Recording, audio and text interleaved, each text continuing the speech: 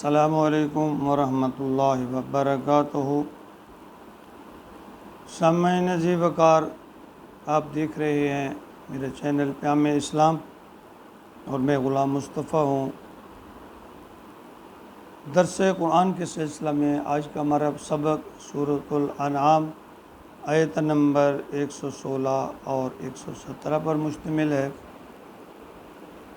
اعوذ باللہ من الشیطان الرجیم، بسم اللہ الرحمن الرحیم۔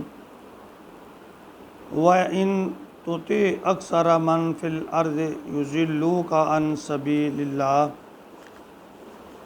إِن يَتَّبِعُونَ إِلَّا الظَّنَّ وَإِنْ هُمْ إِلَّا يَخْرُصُونَ إِنَّ رَبَّكَ هُوَ أَعْلَمُ مَن يَضِلُّ عَن سَبِيلِهِ وَهُوَ أَعْلَمُ بِالْمُهْتَدِينَ۔ فی زمانہ ایک کنسپٹ یا ایک خیال پایا جاتا ہے کہ اکثریتی فیصلے بہتر ہوتے ہیں، انہیں قبول کر لینا چاہیے، لیکن اس آیت نمبر 116 میں اللہ رب العالمین فرما رہے ہیں فیصلہ اکثریت کا نہیں ماننا بلکہ درست فیصلہ ماننا ہے۔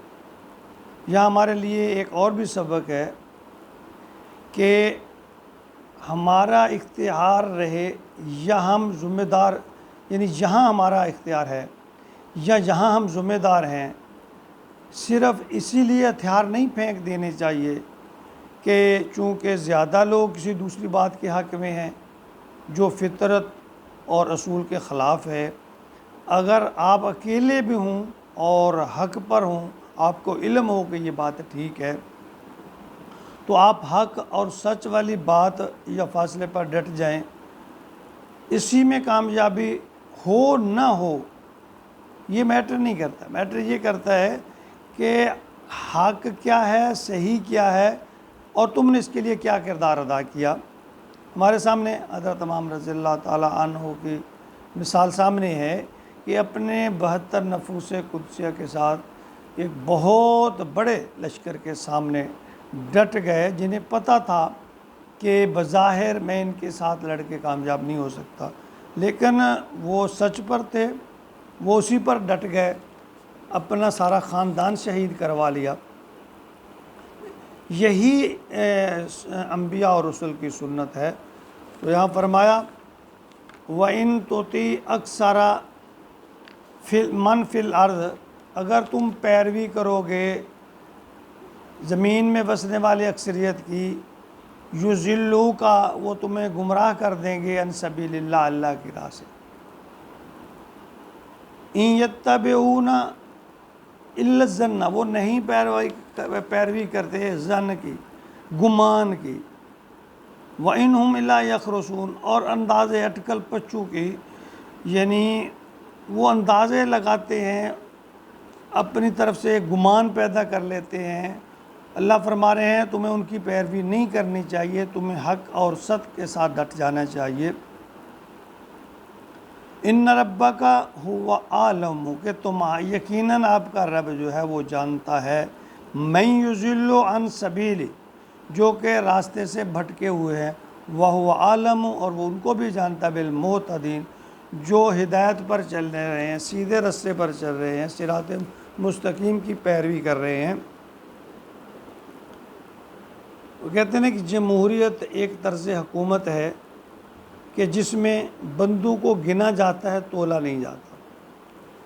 مطلب کہ جو تعدی طاقت پر اکتفا کرنے کی بجائے بات اور فیصلے کو تولا جائے کہ حق اور سچ، یعنی باطل کیا ہے، حق کیا ہے، سچ کیا ہے، جھوٹ کیا ہے، اس کا وزن کیا جائے۔ ہاں، صرف ایک شرط پر اکثریت کی جو رائے ہے یا فیصلہ جو ہے اس کو مانا جانا چاہیے، اگر وہ اللہ اور اس کے رسول کے احکامات کے عین مطابق ہے، یا کم از کم اللہ اور اس کے رسول کے فرامین کے مخالفت میں نہ ہو۔ سورہ یوسف آیت نمبر 103 میں فرمایا وَمَا أَكْثَرُ النَّاسِ وَلَوْ حَرَصْتَ بِمُؤْمِنِينَ، کہ آپ کی خواہش کے باوجود یہ جو ہے ایمان، اکثر لوگ ایمان نہیں لائیں گے، یعنی اکثر لوگ ایماندار نہیں ہیں۔ یاد رکھیے حق و باطل کا معیار جو ہے وہ دلائل و برہان ہے، اکثریت یا اقلیت نہیں ہے، یعنی اس میں صحیح دلائل اور صحیح جو ثبوت ہیں وہ ہے، یہ نہیں ہے کہ اکثریت یا اقلیت کس طرف ہے۔ تاریخ شاہد ہے کہ اکثریت کا مذہب تقلید اور وہم و قیاس پر ہے۔ دیکھ لیں کہ اس وقت دنیا میں سب سے بڑا جو مذہب ہے وہ عیسائیت ہے، حالانکہ سب سے سچا دین ہمارا دین اسلام ہے، اور یہ عیسائیت اب متروک ہو چکا، کیونکہ جب نبی رسول ہے اللہ کی قدرت کا، جب نیا نبی آ جائے تو پچھلے نبی کی شریعت منسوخ ہو جاتی ہے۔ تو دوسری طرف یہ بھی ہمیں دیکھنا ہے کیا عالم اور جاہل کی رائے برابر ہو سکتی ہے؟ ایک طرف بے شک دو عالم ہیں اور ایک طرف سینکڑوں جاہل لوگ ہیں، تو کیا ان کا معیار برابر ہو سکتا ہے؟ یہ اسلامی اصولوں کے عین منافی ہے کہ ساری دنیا بھی مل کر جھوٹ کو سچ میں بدلنا چاہے تو کیا ہم اس جھوٹ کو اپنا لیں گے یا اس کو سچا تسلیم کر لیں گے؟ دیکھیے صداقت کے لیے اکثریت نہیں، سچائی شرط ہے۔